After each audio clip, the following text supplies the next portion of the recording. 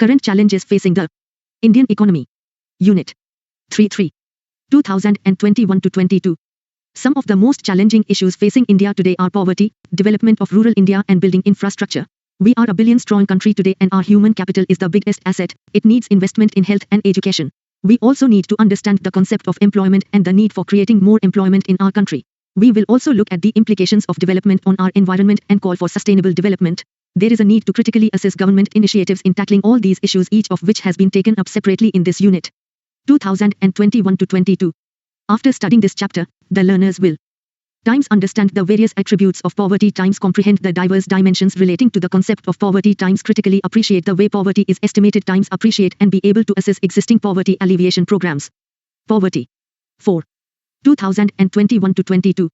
60 Indian economic development. 4.1 Introduction. In previous chapters, you have studied the economic policies that India has taken in the last 7 decades and the outcome of these policies with relation to the various developmental indicators. Providing minimum basic needs to the people and reduction of poverty have been the major aims of independent India. The pattern of development that the successive 5-year plans envisaged laid emphasis on the upliftment of the poorest of the poor, Antyodaya, integrating the poor into the mainstream and achieving a minimum standard of living for all. While addressing the Constituent Assembly in 1947, Jawaharlal Nehru had said, "This achievement, independence, is but a step, an opening of opportunity, to the great triumphs and achievements that await us, the ending of poverty and ignorance and disease and inequality of opportunity." However, we need to know where we stand today. Poverty is not only a challenge for India, as more than 1/5 of the world's poor live in India alone, but also for the world, where about 300 million people are not able to meet their basic needs. Poverty has many faces, which have been changing from place to place and across time, and has been described in many ways. Most often, poverty is a situation that people want to escape. So, poverty is a call to action, for the poor and the wealthy alike, a call to change the world so that many more may have enough to eat, adequate shelter, access to education and health, protection from violence, and a voice in what happens in their communities. To know what helps to reduce poverty, what works and what does not, what changes over time, poverty has to be defined, measured and studied, and even experienced. As poverty has many dimensions, it has to be looked at through a variety of indicators, levels of income and consumption, social indicators, and indicators of vulnerability to risks and of socio-political access. 4.2 WHO are the poor. You would have noticed that in all localities and neighborhoods, both in rural and urban areas, there are some of us who are poor and some who are rich. Read the story of Anu and Sudha. Their lives are examples of the two extremes, see box 4.1. There are also people who belong to the many stages in between. Pushcart vendors, street cobblers, women who string flowers, rag pickers, vendors and beggars are some examples. No society can surely be flourishing and happy, of which the far greater part of the members are poor and miserable. Adam Smith. 2021 to 22. Poverty 61. Box 4.1, Anu and Sudha. Anu and Sudha were both born on the same day. Anu's mother and father were construction laborers and Sudha's father was a businessman and her mother a designer. Anu's mother worked by carrying headloads of bricks until she went into labor. She then went behind the tool shed on the construction site and delivered her baby alone. She fed her child and then wrapped her in an old sari, made a cradle with a gunny sack, put little Anu in it and hung it from a tree. She hurried back to work as she was afraid she would lose her job.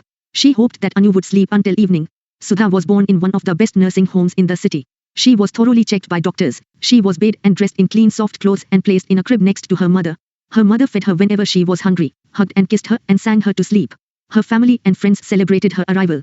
Anu and Sudha had very different childhoods. Anu learned to look after herself at a very early age. She knew what hunger and deprivation were. She discovered how to pick food from the dustbin, how to keep warm during the winter, to find shelter in the monsoon and how to play with a piece of string, stones and twigs. Anu could not go to school as her parents were migrant workers who kept moving from city to city in search of work. Anu loved to dance. Whenever she heard music she would improvise. She was very beautiful and her movements were graceful and evocative. Her dream was to dance on a stage someday. Anu could have become a great dancer but she had to begin work at the age of 12. She had to earn a living with her mother and father, building houses for the rich. Houses she would never live in. Sudha went to a very good play school where she learned how to read, write and count. She went on excursions to the planetarium, museum and national parks. She later went to a very good school. She loved painting and started getting private lessons from a famous artist. She later joined a design school and became a well-known painter of poor and vulnerable groups in urban areas. The poor people possess few assets and reside in kucha hutments with walls made of baked mud and roofs made of grass, thatch, bamboo and wood. The poorest of them do not even have such dwellings. In rural areas many of them are landless. Even if some of them possess land, it is only dry or waste land. Many do not get to have even 2 meals a day. Starvation and hunger are the key features of the poorest households. The poor lack basic literacy and skills and hence have very limited economic opportunities. Poor people also face unstable employment. Malnutrition is alarmingly high among the poor. Ill health, disability or serious illness makes them physically weak. They borrow from 2021 to 22. 62 Indian economic development. Moneylenders, who charge high rates of interest that lead them into chronic indebtedness. The poor are highly vulnerable. They are not able to negotiate their legal wages from employers and are exploited. Most poor households have no access to electricity. Their primary cooking fuel is firewood and cow dung cake. A large section of poor people do not even have access to safe drinking water. There is evidence of extreme gender inequality in the participation of gainful employment, education and in decision-making within the family. Poor women receive less care on their way to motherhood. They are less likely to survive or be born healthy. Economists identify the poor on the basis of their occupation and ownership of assets. They state that the rural poor work mainly as landless agricultural laborers, cultivators with very small landholdings, or landless laborers, who are engaged in a variety of non-agricultural jobs and tenant cultivators with small landholdings.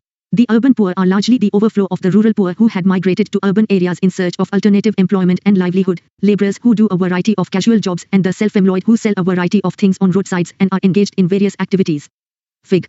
4.2 Many poor families live in kucha houses. Fig. 4.1 Majority of agricultural laborers are poor. 2021 to 22.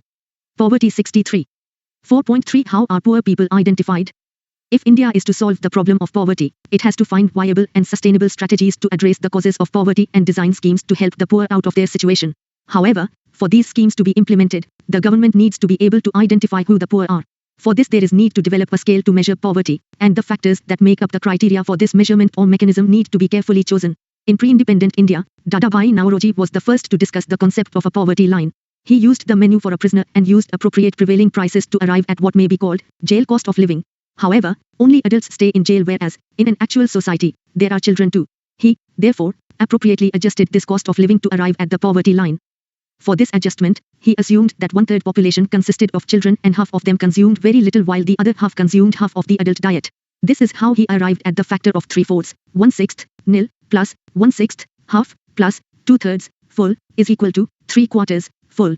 The weighted average of consumption of the three segments gives the average poverty line, which comes out to be 3/4 of the adult jail cost of living. In post-independent India, there have been several attempts to work out a mechanism to identify the number of poor in the country. For instance, in 1962, the Planning Commission, now called as Niti Aayog, formed a study group. In 1979, another body called the Task Force on Projections of Minimum Needs and Effective Consumption Demand was formed. In 1989 and 2005, expert groups were constituted for Box 4.2, What is poverty? Two scholars, Shaheen Rafiq and Damian Killen, put the conditions of the poor in a nutshell. Poverty is hunger. Poverty is being sick and not being able to see a doctor. Poverty is not being able to go to school and not knowing how to read. Poverty is not having a job. Poverty is fear for the future, having food once in a day. Poverty is losing a child to illness, brought about by unclear water. Poverty is powerlessness, lack of representation and freedom. What do you think? Chart 4.1, Poverty Line. 2021 to 22. 64 Indian economic development. The same purpose. Besides the Planning Commission, many individual economists have also attempted to develop such a mechanism. For the purpose of defining poverty, we divide people into two categories, the poor and the non-poor, and the poverty line separates the two. However, there are many kinds of poor, the absolutely poor, the very poor and the poor.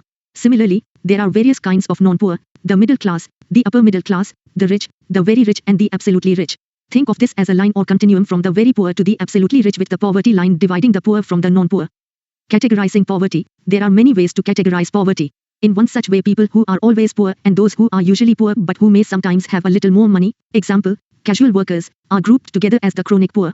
Another group are the churning poor who regularly move in and out of poverty, example, small farmers and seasonal workers, and the occasionally poor who are rich most of the time but may sometimes have a patch of bad luck. They are called the transient poor. And then, there are those who are never poor and they are the non-poor. Chart 4.2. The poverty line. Now, let us examine how to determine the poverty line. There are many ways of measuring poverty. One way is to determine it by the monetary value, per capita expenditure, of the minimum calorie intake that was estimated at 2,400 calories for a rural person and 2,100 calories for a person in the urban area. Based on this, in 2011 to 12, the poverty line was defined for rural areas as consumption worth 816 rupees per person a month, and for urban areas it was 1,000 rupees. Though the government uses monthly per capita expenditure, MPCE, as proxy for income of households to identify the poor, do you think this mechanism satisfactorily identifies the poor households in our country? Chart 4.2, the chronic poor, transient poor and non-poor. 2021 to 22. Poverty 65. Economists state that a major problem with this mechanism is that it groups all the poor together and does not differentiate between the very poor and the other poor. See chart 4.2. Also, this mechanism takes into account expenditure on food and a few select items as proxy for income. Economists question its basis. This mechanism is helpful in identifying the poor as a group to be taken care of by the government, but it would be difficult to identify who among the poor need help the most. There are many factors, other than income and assets, which are associated with poverty. For instance, the accessibility to basic education, healthcare, drinking water and sanitation. They need to be considered to develop poverty line. The existing mechanism for determining the poverty line also does not take into consideration social factors that trigger and perpetuate poverty such as illiteracy, ill health, lack of access to resources, discrimination or lack of civil and political freedoms.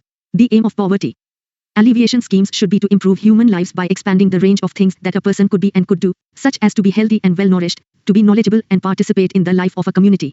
From this point of view, development is about removing the obstacles to the things that a person can do in life, such as illiteracy, ill health, lack of access to resources, or lack of civil and political freedoms. Though the government claims that higher rate of growth, increase in agricultural production, providing employment in rural areas and economic reform packages introduced in the 1990s have resulted in a decline in poverty levels, economists raise doubts about the government's claim.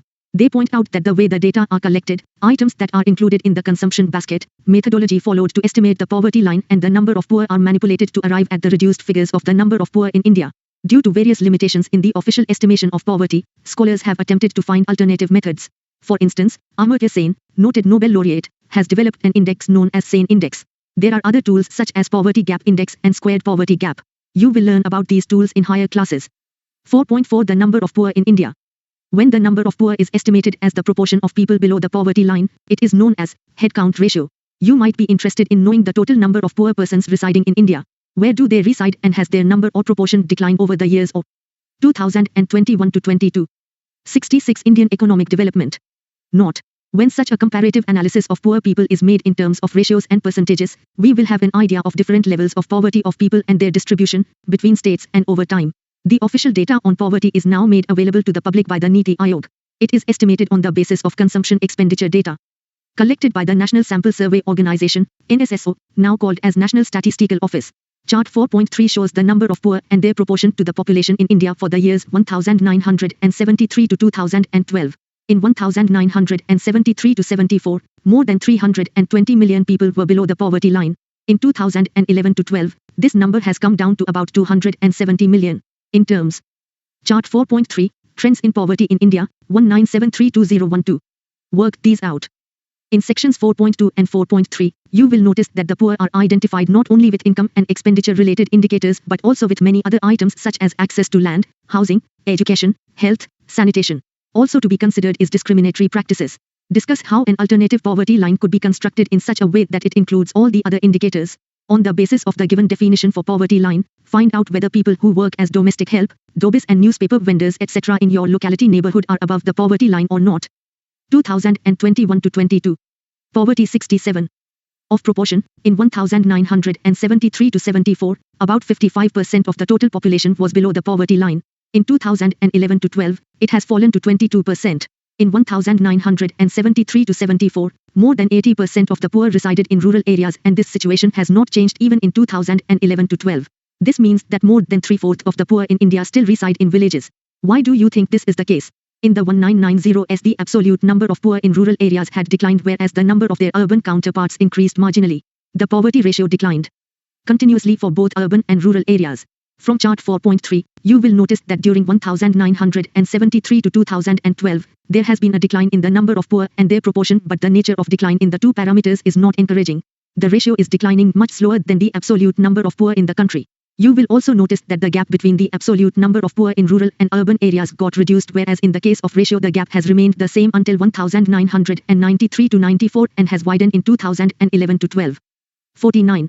62. 48. 55 62. 53. 66. 46. 55 57 63. 9. 34. 17 21. 36 32 33. 15 11. 29. 20. 0. 10. 20. 30. 40. 50. 60. 70. Andhra Pradesh, Bihar, Gujarat, Karnataka, Madhya Pradesh, Maharashtra, Odisha, Rajasthan, Tamil Nadu, Uttar Pradesh, West Bengal. 1973 to 74, 2011 to 12. Chart 4.4, Population below poverty line in some large states, 1,973 to 2012%. Note, for the year 1973, Uttar Pradesh includes the present Uttarakhand, Madhya Pradesh includes Chhattisgarh and Bihar includes Jharkhand. 2021 to 22. 68 Indian economic development. Unequal distribution of wealth. Aggregate poverty is just the sum of individual poverty. Poverty is also explained by general, economy-wide problems, such as I. Low capital formation, 2. Lack of infrastructure, 3. Lack of demand, 4. Pressure of population, v. Lack of social welfare nets. In Chapter 1 you have read about the British rule in India. Although the final impact of the British rule on Indian living standards is still being debated, there is no doubt that there was a substantial negative impact on the Indian economy and standard of living of the people. There was substantial deindustrialization in India under the British rule. Imports of manufactured cotton cloth from Lancashire in England displaced much local production, and India reverted to being an exporter of cotton yarn, not cloth. As over 70% of Indians were engaged in agriculture throughout the British Raj period, the impact on that sector was more important on living standards than anything else. British policies involved sharply raising rural taxes that enabled merchants and moneylenders to become large landowners. Under the British, India began to export food grains and, as a result, as many as 26 million people died in famines between 1875 and 1900. Britain's main goals from the Raj were to provide a market for British exports, to have India service its. The state-level trends in poverty are shown in chart 4.4. The two lines in the chart indicate the national poverty level. The first line from below indicates poverty level during 2011 to 12 and the other line indicates the same for the year 1973 to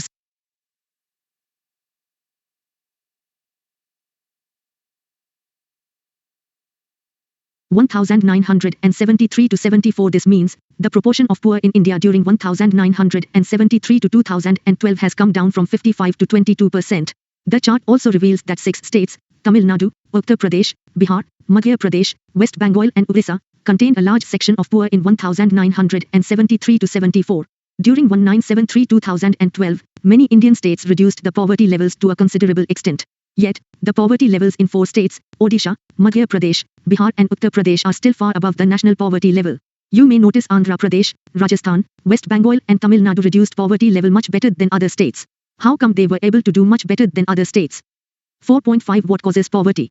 The causes of poverty lie in the institutional and social factors that mark the life of the poor. The poor are deprived of quality education and unable to acquire skills which fetch better incomes. Also, access to healthcare is denied to the poor. The main victims of caste, religious and other discriminatory practices are poor. These can be caused as a result of I. Social, economic and political inequality, 2. Social exclusion, 3. Unemployment, 4. Indebtedness, v. 2021 to 22. Poverty 69. Debt payments to Britain, and for India to provide manpower for the British imperial armies. The British Raj impoverished millions of people in India. Our natural resources were plundered, our industries worked to produce goods at low prices for the British and our food grains were exported. Many died due to famine and hunger. In 1857 to 58, anger at the overthrow of many local leaders, extremely high taxes imposed on peasants, and other resentments boiled over in a revolt against British rule by the sepoys, Indian troops commanded by the British.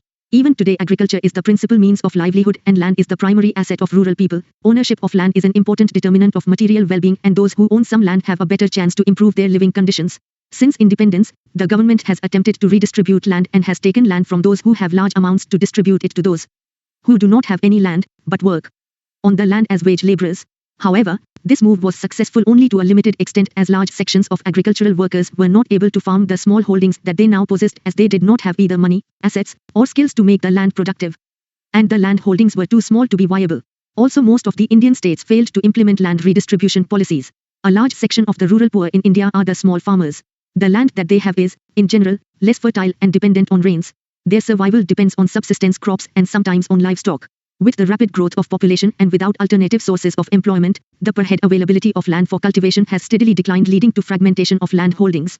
The income from these small land holdings is not sufficient to meet the family's basic requirements. You must have heard about farmers committing suicide due to their inability to pay back the loans that they have taken for cultivation. Fig. 4.4 Low quality self-employment sustains poverty. 2021 to 22. 70 Indian economic development and other domestic needs as their crops have failed due to drought or other natural calamities. See box 4.3. Most members of scheduled castes and scheduled tribes are not able to participate in the emerging employment opportunities in different sectors of the urban and rural economy as they do not have the necessary knowledge and skills to do so. A large section of urban poor in India are largely the overflow of the rural poor who migrate to urban areas in search of employment and a livelihood. Industrialization has not been able to absorb all these people. The urban poor are either unemployed or intermittently employed as casual laborers. Casual laborers are among the most vulnerable in society as they have no job security, no assets, limited skills, sparse opportunities and no surplus to sustain them. Poverty is, therefore, also closely related to nature of employment. Unemployment or underemployment and the casual and intermittent nature of work in both rural and urban areas that compels indebtedness, in turn, reinforces poverty. Indebtedness is one of the significant factors causing poverty. A steep rise in the price of food grains and other essential goods, at Fig. 4.5 quality employment is still a dream for the poor. Work these out. You may come across washermen and barbers in your neighborhood. Spare a few moments and speak to a few of them. Collect details about what made them to take up this activity, where they live with their family members, number of meals they are able to consume in a day, whether they possess any physical assets and why they could not take up a job. Discuss the details that you have collected in the classroom. List the activities of people in rural and urban areas separately. You may also list the activities of the non-poor. Compare the two and discuss in the classroom why the poor are unable to take up such activities. 2021-22. Poverty 71. Box 4.3, Distress among cotton farmers.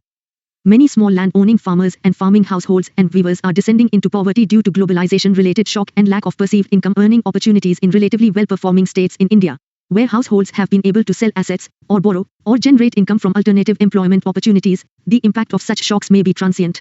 However, if the household has no assets to sell or no access to credit, or is able to borrow only at exploitative rates of interest and gets into a severe debt trap, the shocks can have long-duration ramification in terms of pushing households below the poverty line. The worst form of this crisis is suicides. Since 2001, more than 12,000 farmers committed suicides in India and mainly in states such as Maharashtra and Andhra Pradesh. India has the largest area under cotton cultivation in the world, covering 125 lakh hectares in 2017-18.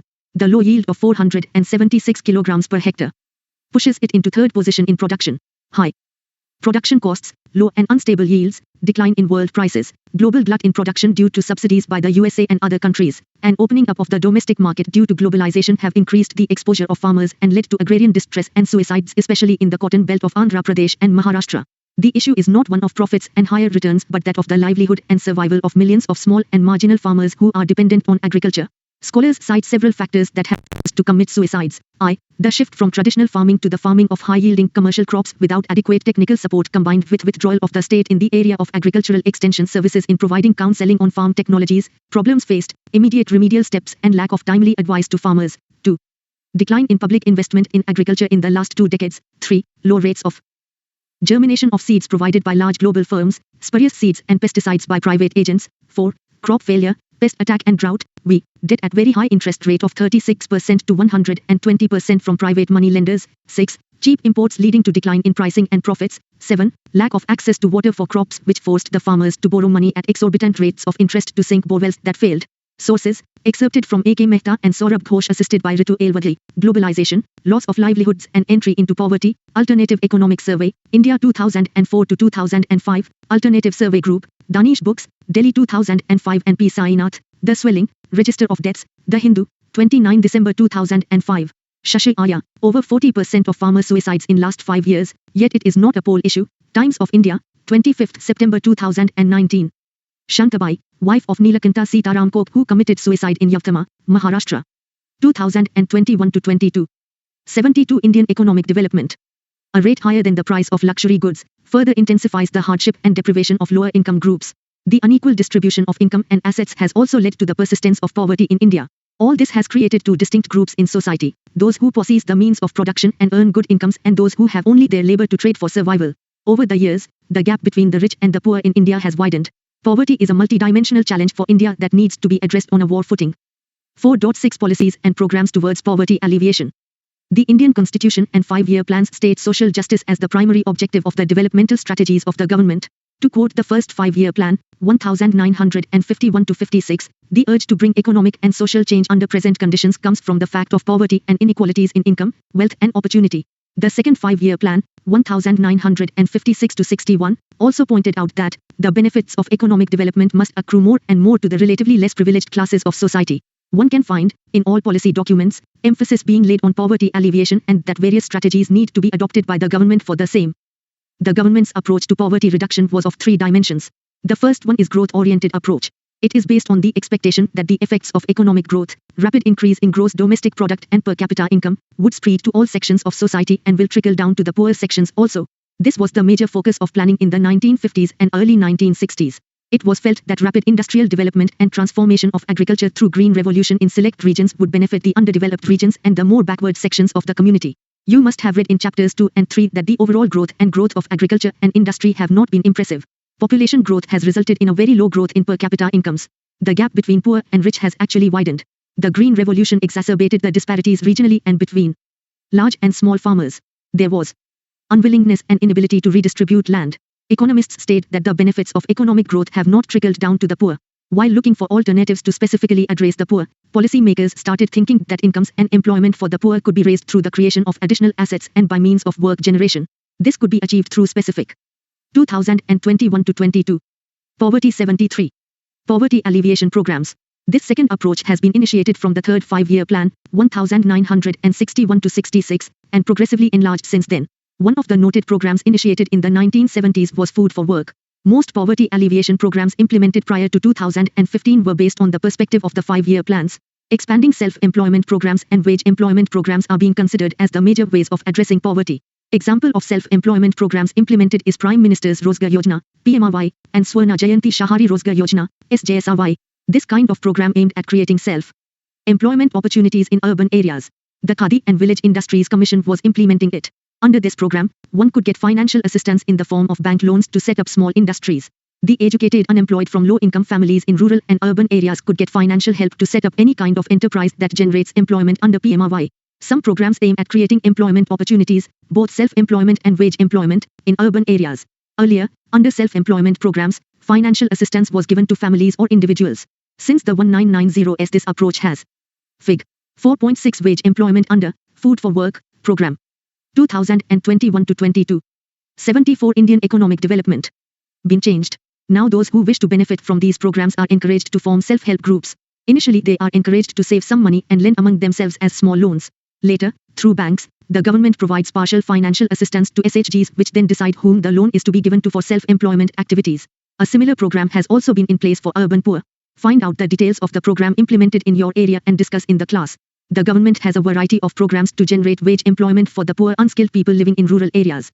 In August 2005, the Parliament passed a new act to provide guaranteed wage employment to every rural household whose adult volunteer is to do unskilled manual work for a minimum of 100 days in a year. This is known as Mahatma Gandhi National Rural Employment Guarantee Act, NREGA.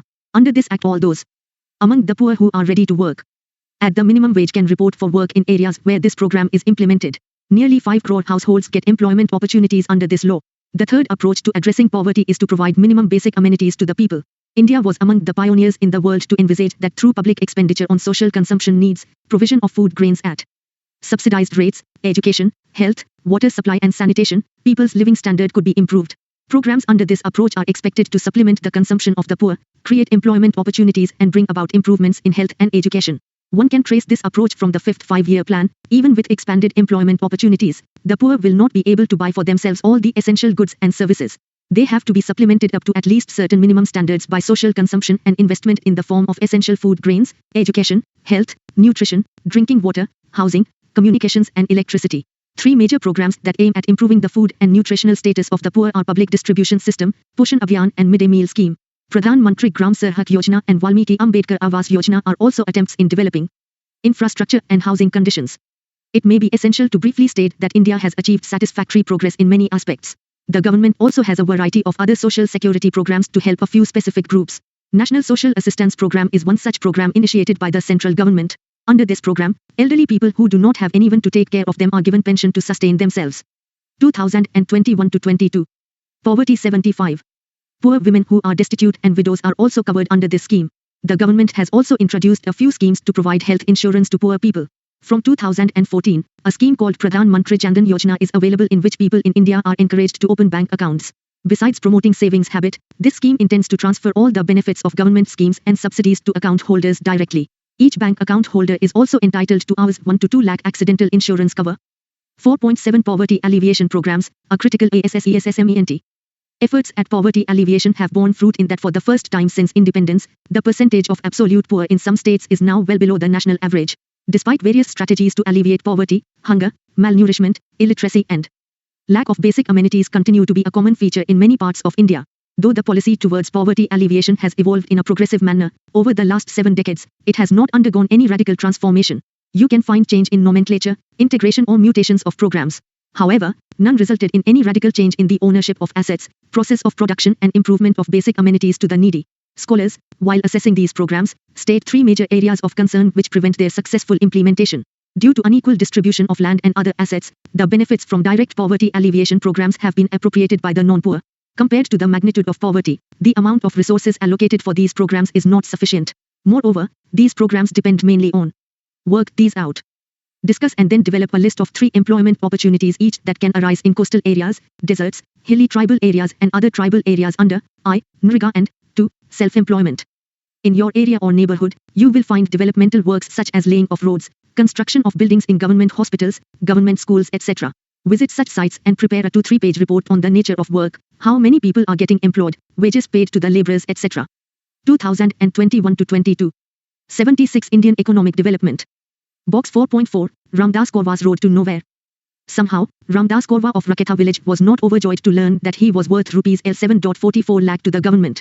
Late in 1993, the authorities decided to lay a 3-kilometer road leading to Raketha village in the name of tribal development by allocating 17 rupees and 44 paise lakh towards the project. Tiawan BILs constitute a 55% majority in Surguja, one of India's poorest districts. And the Pahahi or Hill Korwas, who have been listed as a primitive tribe by the government, fall in the bottom 5%. Special efforts are underway for their development which often involves large sums of money. Just one centrally funded scheme, the Pahahi Korwa project, is worth 42 rupees crores over a 5-year period. There are around 15,000 Pahahi Korwas, the largest number of these in Surguja. However, for political reasons, the main base of the project is in Raigad district. There was just one small problem about building the Pahahi Korwa Mart in Raketha. The village is almost completely devoid of Pahahi Korwas. Ramdas family is the only real exception. It doesn't matter if these don't benefit the Pahahi Korwas in the least and are completely useless. Out here, even if you put up a swimming pool and a bungalow, you do it in the name of tribal development, says an NGO activist. Nobody bothered to check whether there were really any Pahahi Korwas living in Raketha village, and there was already a Kucha road here, says Ramavtar Korwa, son of Ramdas. They just added lal mitti, red earth, to it. Even today, after spending 17 rupees and 44 paise lakh, it is not a Pakka road. Ramdas' own demands are touchingly simple. All I want is a little water, he says. How can we have agriculture without water? When repeatedly pressed, he adds, instead of spending 17 rupees and 44 paise lakh on that road, if they had spent a few thousand on improving that damaged well on my land, wouldn't that have been better? Some improvement in the land is also necessary, but let them start by giving us a little water. Ramdas' problems were ignored. The government's problem was fulfilling a target. If the money were simply put into bank fixed deposits, none of these Pahahi Korwa families would ever have to work again. The interest alone would make them very well off by Surguja's standards, says an official mockingly. Nobody thought of asking Ramdas what he really needed, what his problems were, or involving him in their solution. Instead, in his name, they built a road he does not use, at a cost of 17 rupees and 44 paise lakh. Please do something about my water problem, sir, says Ramdas Korwa as we set off across the plain, journeying 2 kilometers to reach his road to nowhere. Source, excerpted from P. Sainath, 1996, Everybody Loves a Good Drought, Stories from India's Poorest Districts, Penguin Books, New Delhi. 2021-22. Poverty 77. Government and bank officials for their implementation. Since such officials are ill-motivated, inadequately trained, corruption-prone and vulnerable to pressure from a variety of local elites, the resources are inefficiently used and wasted. There is also non-participation of local-level institutions in program implementation. Government policies have also failed to address a majority of vulnerable people who are living on or just above the poverty line. It also reveals that high growth alone is not sufficient to reduce poverty. Without the active participation of the poor, successful implementation of any program is not possible. Poverty can effectively be eradicated only when the poor start contributing to growth by their active involvement in the growth process. This is possible through a process of social mobilization, encouraging poor people to participate and get them empowered. This will also help create employment opportunities which may lead to increase in levels of income, skill development, health and literacy. Moreover, it is necessary to identify poverty-stricken areas and provide infrastructure such as schools, roads, power, telecom, IT services, training institutions, etc. 4.8 Conclusion. We have traveled about 7.5 decades since independence. The objective of all our policies had been stated as promoting rapid and balanced economic development with equality and social justice. Poverty alleviation has always been accepted as one of India's main challenges by the policy makers, regardless of which government was in power. The absolute number of poor in the country has gone down and some states have less proportion of poor than even the national average. Yet, critics point out that even though vast resources have been allocated and spent, we are still far from reaching the goal. Fig. 4.7 Scrap collector, mismanagement of employment planning forces people to take up very low-paying jobs. 2021 to 22. 78 Indian economic development. There is improvement in terms of per capita income and average standard of living. Some progress towards meeting the basic needs has been made. But when compared to the progress made by many other countries, our performance has not been impressive. Moreover, the fruits of development have not reached all sections of the population. Some sections of people, some sectors of the economy, some regions of the country can compete even with developed countries in terms of social and economic development, yet, there are many others who have not been able to come out of the vicious circle of poverty. Recap. Reducing poverty has been one of the major objectives of India's developmental strategies.